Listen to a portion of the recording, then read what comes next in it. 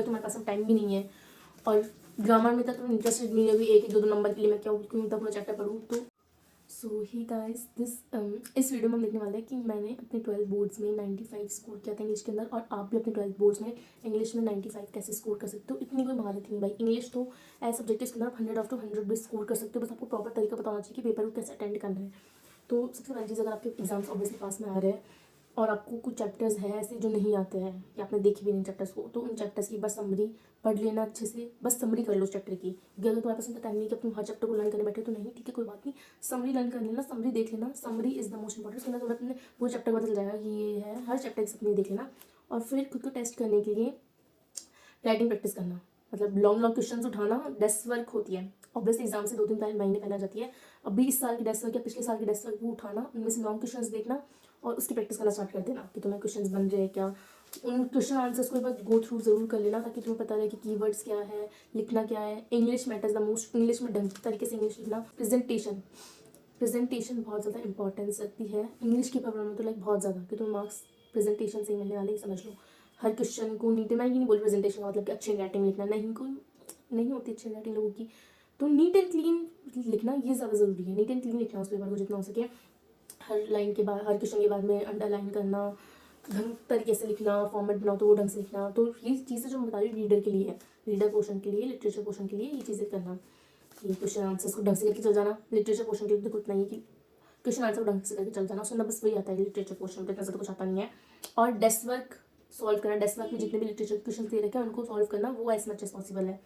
उसके बाद में आते हैं ग्रामर पे, तो ग्रामर देखो tenses, active verb, passive verb, ऐसे तो हमको स्टार्टिंग से सिखाया है, मतलब 8th 9th से पढ़ते आ रहे हैं और 8th 9th के भाई स्टार्टिंग से पढ़ते आ रहे हैं, तो अभी तुम्हें उतना तो पता होना चाहिए ग्रामर में कैसे करते हैं। लेकिन अगर तुम्हारे पास टाइम भी नहीं है और ग्रामर में तक तुम इंटरेस्टेड नहीं होगी, एक एक दो दो नंबर के लिए मैं क्या क्यों तक पूरा चैप्टर पढ़ूँ, तो ठीक है रहने दो। डेस्क वर्क लो, डेस्क वर्क के अंदर ग्रामर के फिलअप्स में क्वेश्चन होंगे, उनको सॉल्व कर लो।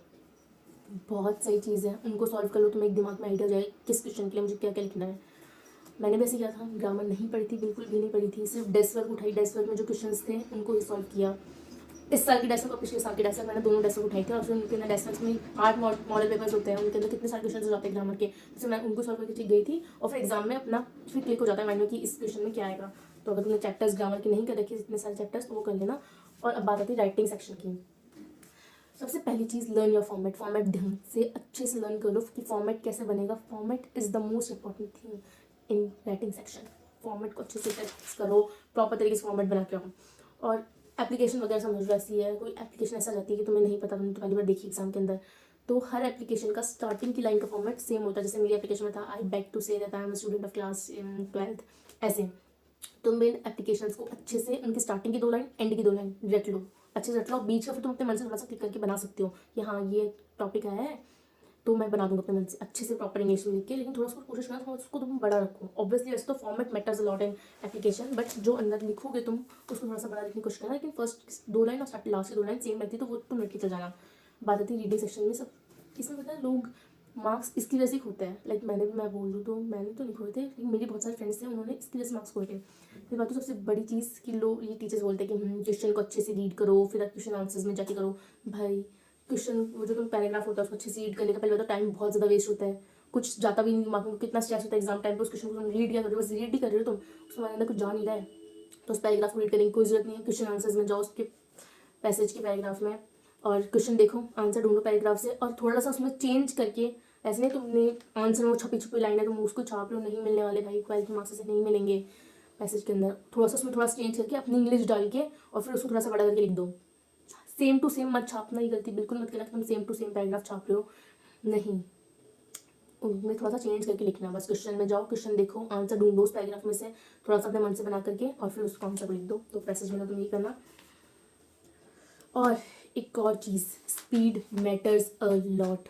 भाई इंग्लिश का पेपर है, 3 घंटे हैं, एग्ज़ाम का स्ट्रेस रहता है, तो स्पीड तो अपनी मेंटेन करके रखनी ही रखनी है। मैं तो ये नहीं बोलूँगी तुम पैसे पहले सॉल्व कर लो, ये बहुत ज़्यादा टाइम वेस्ट रहता है ऑब्वियसली, लेकिन अगर तुम सॉल्व करो तो कर लो, अच्छी बात है, वेल गुड, तुम्हें ढंग से आ रहा है। तो ये पैराग्राफ के लिए जगह छोड़ दो उस अनसीन पैसेज के लिए।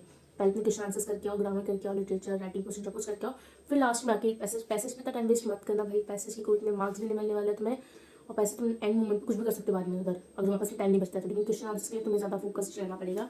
पैसेज के लिए मैं ये बोलूँगी कि पैसेज पढ़ने में टाइम वेस्ट मत करना, क्योंकि टाइम मैटर्स अ लॉट फिर से।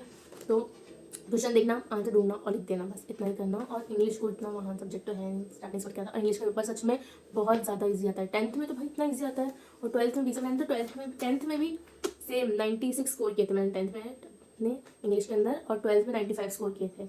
दोनों का पेपर एक लेवल का लग रहा था भाई मुझे तो, दोनों का एक ही। लेकिन इतना कोई टफ पेपर नहीं आता। इन दैट ये बोलूँगी कि all the best for a paper. मैं चाहती हूँ कि मेरे 95 आए थे, आप लोगों की 95 से ज़्यादा 100 आउट ऑफ 100 स्कोर करो, क्योंकि कर सकते हो। लाइक मेरी क्लास में बहुत बच्चों ने 99 100 भी स्कोर किए थे, तो मेरी थोड़ी किस्मत अच्छी नहीं थी, लेकिन आप लोग भी स्कोर कर सकते हो 100 आउट ऑफ 100 भी। सो बस all the best for your papers and thank so much.